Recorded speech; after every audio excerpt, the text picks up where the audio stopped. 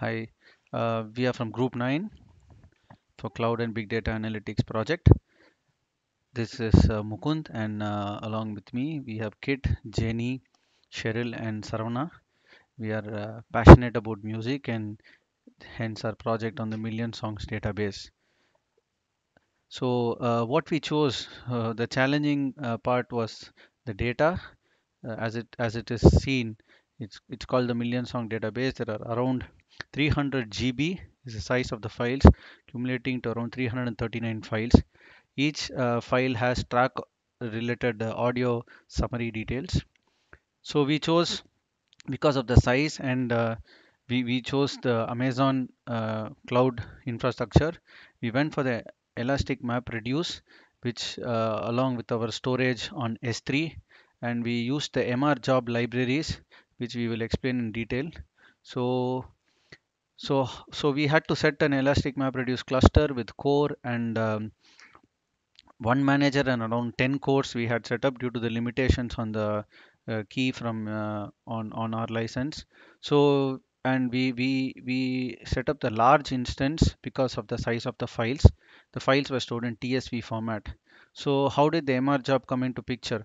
We had used the MR job libraries to come up with our mapper and reducer classes. So they were written in Python. So we were number of mappers were dynamically decided by the Hadoop, and we were to just pass the details as part of running the job. So what exactly happened was the data was first stored in S3, where we also set up buckets for the output files to come and sit back and then configure the log files. Then we had set up or started our cluster, initiated around 10 instances of EC2, and the map reduce helped us to load balance the requests which and run the system.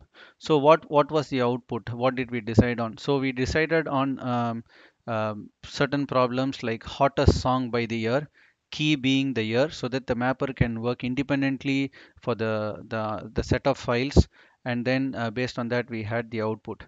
Challenges faced: cluster configuration was a nightmare and time consuming each time because the provisioning of the servers is a lot more time consuming than the actual execution. So the more the instances, more the time. Data sets were not clean, they had a lot of incorrect values, so every time it used to fail, so we had to come up with some logic to clean it. So here we go on to see what kind of analysis we've done. So we found out what attributes of the music acoustic system affect the trend. So trend, what we call here is hotness. So we start off with danceability. We notice that better the danceability, higher the range, the higher the hotness of the song. Same thing to do with the currency. The better the song currency, the in the range of 2 to 4, then the higher the hotness. So the measure is as and when it approaches towards 1, it means the song is much hotter. That which is very trendy. That's what it means. Then comes to the audio summary, which is based on the acoustics. As you can see, we had various groups. So we could realize that it had spread across the range, and acoustics were relatively high again when it came to the very hot songs, but surprisingly it was low even for the lower songs, so it really didn't matter. Energy levels, again, it's funny because some of those skew you see on the 0 and 1 for some of the graphs is because the data was not complete there. But overall you can see higher the energy level, more than 5 is the hotness. So that way I think people are very appreciative of that. So we move on to the liveness. What is liveness? Liveness is where it's not recorded in the studio, more or less it's in the open.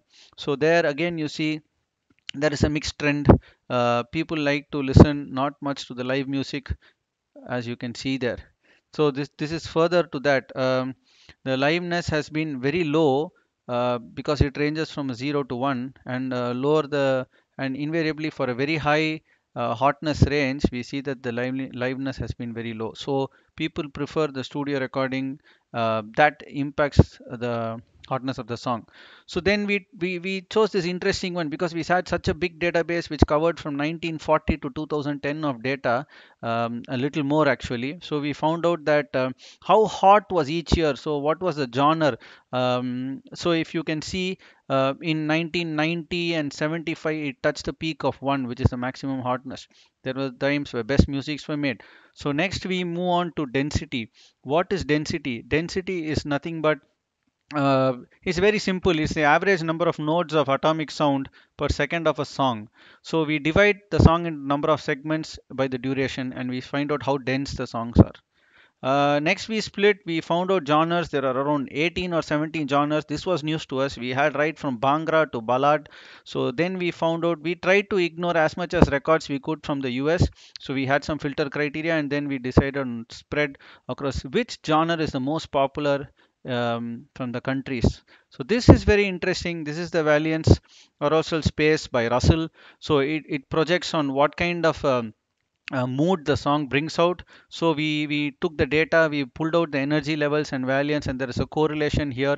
So the higher it is in the, it is more delightful, glad and happy. On the left is the angry. So we move on. Had a lot of deliverables this time, I should say. So this is something which, we are, we understand the importance. So we have put up our video tutorial on the whole ECR the Elastic MapReduce setup, and the locations from where we picked up the files. So as it says, music is life because there is a beat in our heart.